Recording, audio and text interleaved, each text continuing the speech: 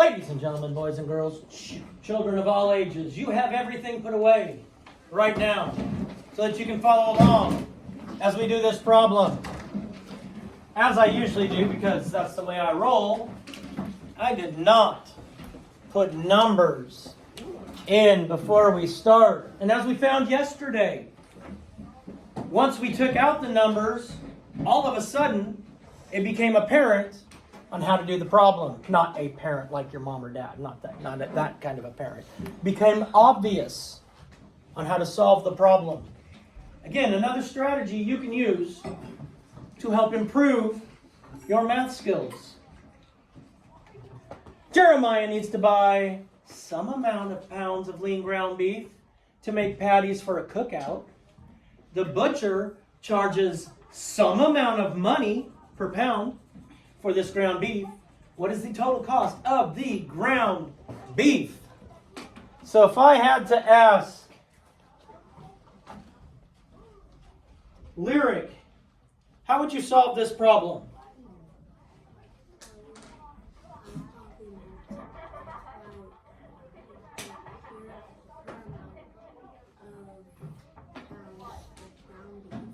Okay.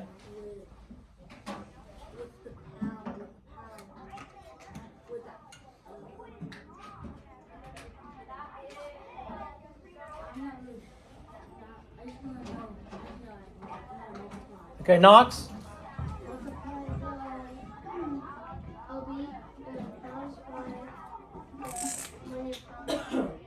Number of pounds multiplied by cost per pound.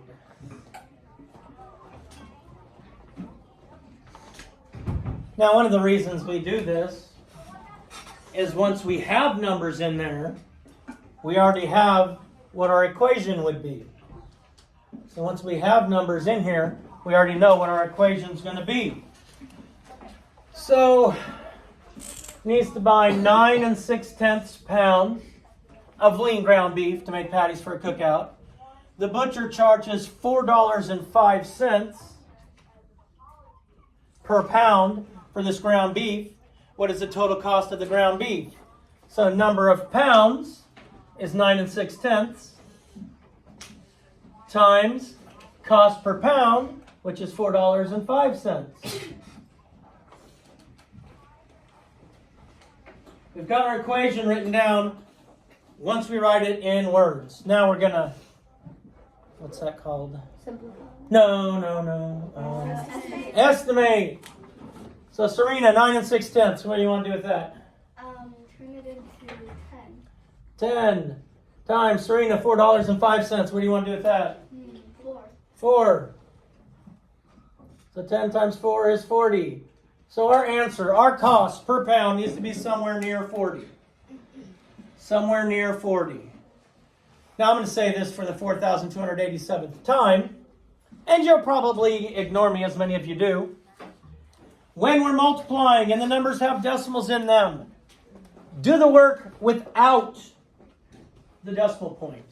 So multiply 405 times 96. We'll put the decimal point in the product when we're done here. We don't put it in yet. I still see people doing that. Because then you want to try and line up the decimal points and you want to add a bunch of zeros. That's cray-cray. Makes it twice as hard for you. 6 times 5 is 30. 6 is 3. 6 times 4? 24.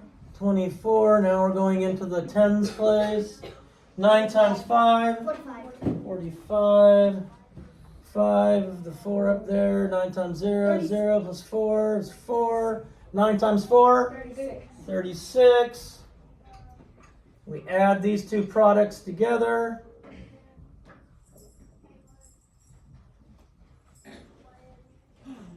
Number of digits behind the decimal point. We have 2 here, and we have 1 here. And so there'd be 3 behind the decimal point. This is money. This doesn't change whether I have it there or I take it away. It's the same amount, because that's just saying I have 0 thousandths. If you have 0 of them, you don't have to write it down if it's at the end. So my answer, according to the math we did, is $38.88. Close to my estimate? Yeah. Yeah. Now, a lot of you yesterday on that first problem didn't estimate, and you had like $600 or whatever that problem was. That was cray-cray. Let's estimate, people. Let's learn. Let's do better. Let's do better.